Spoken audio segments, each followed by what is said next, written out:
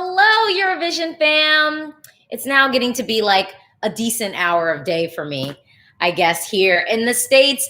Hi, I'm Alesia Michelle, your favorite American Eurovision fan, and I've got all access online to the virtual press room. I am accredited for press here, so I've been able to catch all of the first rehearsals today in Rotterdam, the Netherlands. And, semifinal one is a semifinal of death. And today, well, not just today, right now, I'm going to be talking about Ukraine's first rehearsal. Now, as many folks know who have subscribed to my channel, which, hold on, wait, are you not subscribed to my channel? You're in the chat, you're talking to me, you want to engage, you want to interact, you got to subscribe because you need this Eurovision content.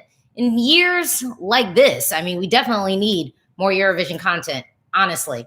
But for folks who have subscribed to my channel, y'all already know this is my most played 2021 Eurovision song. So let's break down what we're seeing on the stage. All right, the styling, it's futuristic. Kat looks like Trinity from The Matrix, but then she's also wearing like sort of a dress, so sort of like that, like form-fitting, like maybe like a little bit like Morticia Addams, and then she's got like a leather high neck strapless number, and then she's got like this green sort of like, it's not really fur, but I guess like sort of like fur capelet that's sort of like around her, like jacket that's sort of around her with her chest, like her shoulder exposed. Oh my goodness.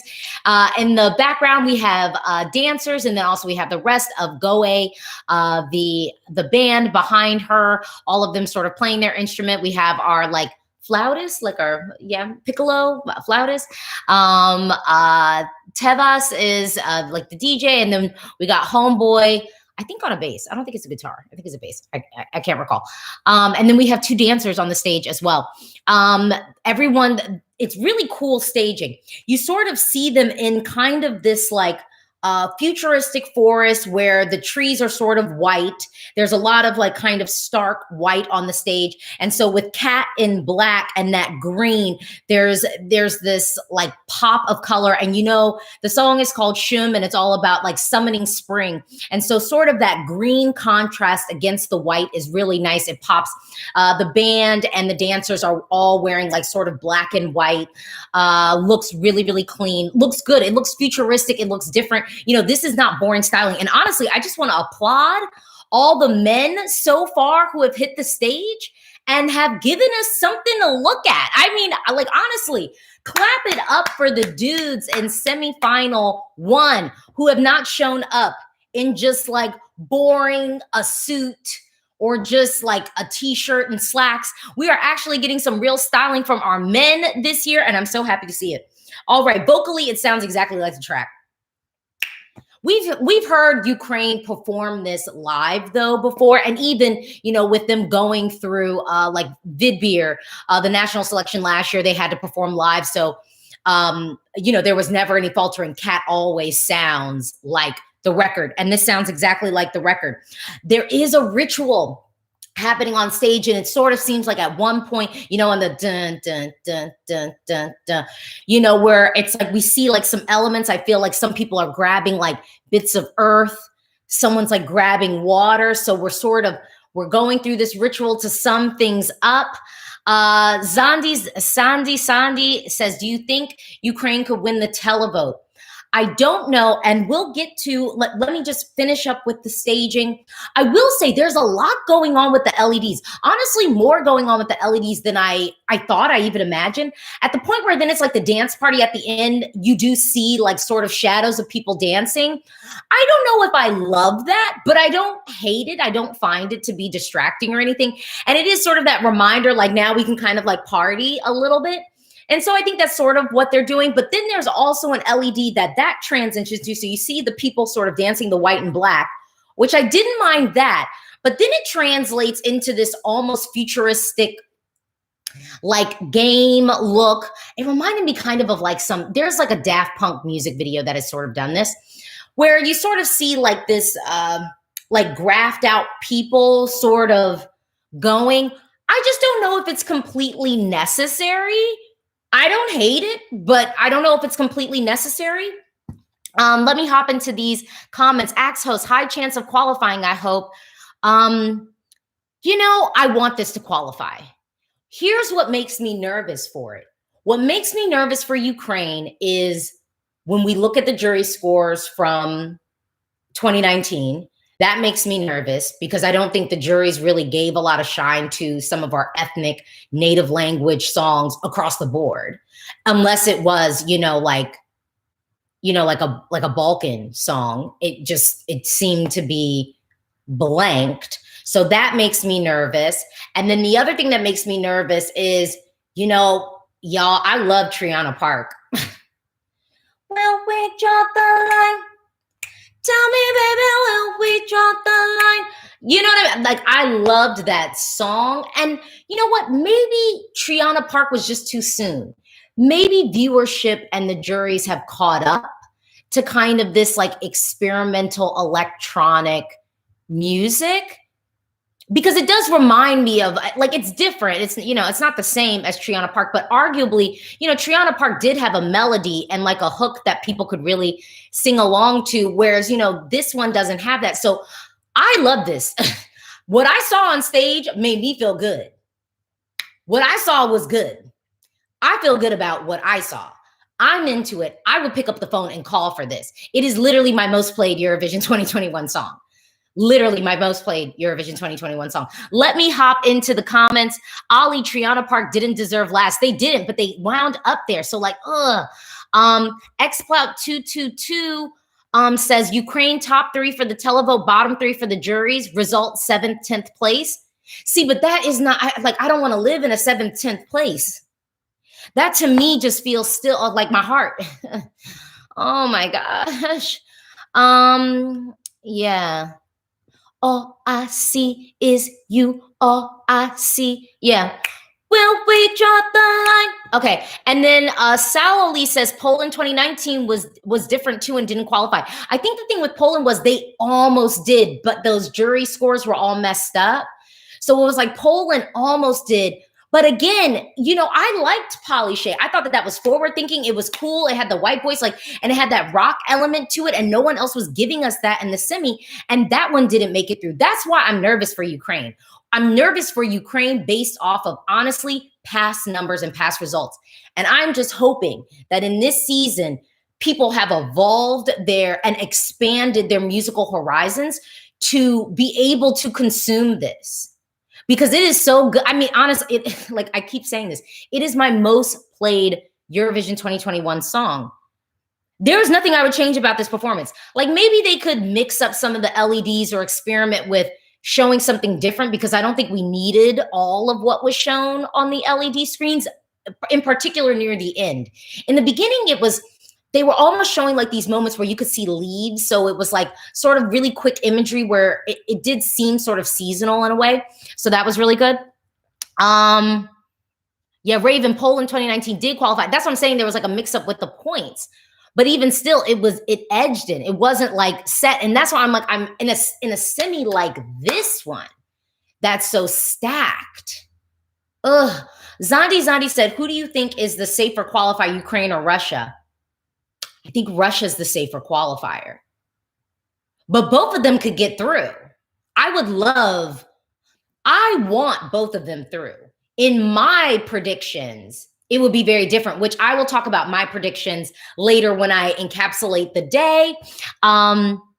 Deep, Alesia Michelle, the press center loved the performance of Ukraine. But honestly, the press center has loved lots of performances that then don't do well. And people, this whole phenomenon of like the fan wank or something. And I'm just nervous, especially because I love it so much. Like, is this that moment? Is it? I hope to God it's not. I just,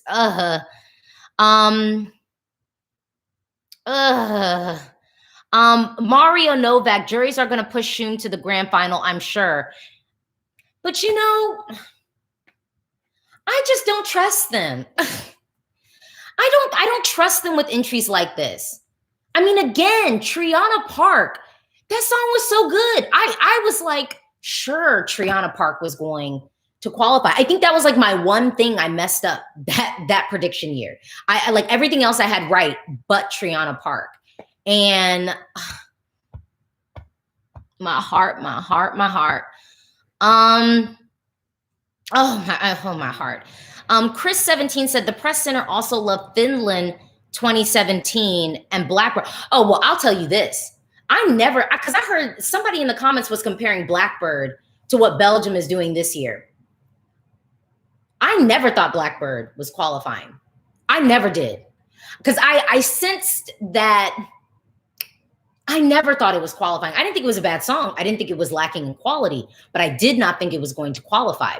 Belgium, I've always felt like this could qualify. Like it has a hook. It's something you can latch onto. You can sing along to it. Whereas Blackbird, Blackbird, don't sing for me. Like, oh, chow. Like bringing it down, down, down, down, down. Axe host, Triana Park had every single thing going for it, but juries and televote just didn't respond. They didn't. They didn't. Sergio says, Triana was fun, but I think Shum is better when it comes to structure and quality. I think they're two different songs because the thing about Triana Park was it did have that melodic quality that I think a lot of Eurovision folks like because they have something to kind of latch onto and instantly hum along to. And I don't know if Shum is really offering that in the traditional sense, but again, that's why I want it to qualify so much. This is just so next level. It's so good. Sal Lee says, have any of the songs so far used the full potential of a stage? Well, Romania was utilizing the stage. Israel utilized the stage. Even Ireland, there was a lot of movement on the stage. Croatia did a little bit. Croatia, Albina did some levels. Yeah, Albina did some levels. So yeah. What else am I seeing here? Oh, people are saying there are rumors about Roxanne. I don't know any rumors. All I have to say is with Romania, to put it in a bow, the staging is great. The staging is great. Everything looks good. She just has to like get her vocal clean. And if she can just get her vocal clean and get her stamina up to deliver the vocal, she'll be fine. I mean, really, she'll be fine if the vocal is good.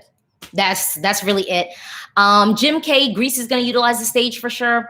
Miles, makes you think when someone you're so certain about like Greta or Triana Park doesn't get through, there's always going to be one you completely don't expect. And I think the thing is, after Russia's performance yesterday, I feel pretty confident that Russia's going to have both jury and televote support. I feel good that, they'll be checking both of those boxes. Whereas, there's some other songs where it's just like, well, the televote will sail it through. And then some other songs where it's like, well, the jury will sail it through. And that's where the questions, I think, kind of come. With Ukraine, I think I'm worried about everyone just because really the example of Telemovish, Triana Park, Telemovish and Triana Park are probably my biggest, like, oh, for this one to like compare. But there's also like nothing really like Shum. I think there's something so magical about it. I think it's something so futuristic. It sounds exactly like the record. It's just so current. And maybe it alienates an older subset of the audience, maybe an older audience, and maybe some of those jurors that are a little bit older and really want that traditional chord structure and want those vocal moments and things like that. They just won't get that. And so we just have to figure out how many of those folks are actually going to be in control of Ukraine's destiny. Well, that is my reaction to Ukraine's first rehearsal. Ultimately, to encapsulate it, I was happy. There's not really anything I would change. Vocal styling, staging, it all was pretty on point. Again, my one note would be, maybe to reevaluate some of the LEDs and the projections they're using, if I had to give a note, but it was pretty clean. Zandy, what do you expect for Malta staging? Something good, but I don't even have to think about that because we're going to see it very soon. Luca, do you like what Croatia changed? I do. I honestly liked the Dora performance, but I think what they changed now, it makes that qualification even more sure. Slowly, Ukraine might be the 9th or 10th qualifier, but could also be 11th or 12th. I know. And I just don't want to, I really, really want this. Mario Novak, I'm sorry, but both Russia and Ukraine are very risky songs. European juries are going to stand behind Ukraine. Mark my words. Okay, we'll see. And someone said, will Ukraine kill Azerbaijan? Maybe. But no, but they're just in two different planes. I mean, I think they're just totally different from each other. I think they're so different that they each stand on their own plane. There are other songs that'll cannibalize each other. I think all the girl bops are really going up against each other, and maybe we'll lose two, but we're definitely going to lose one. You know, maybe we'll lose two, but we're definitely going to lose one, unfortunately.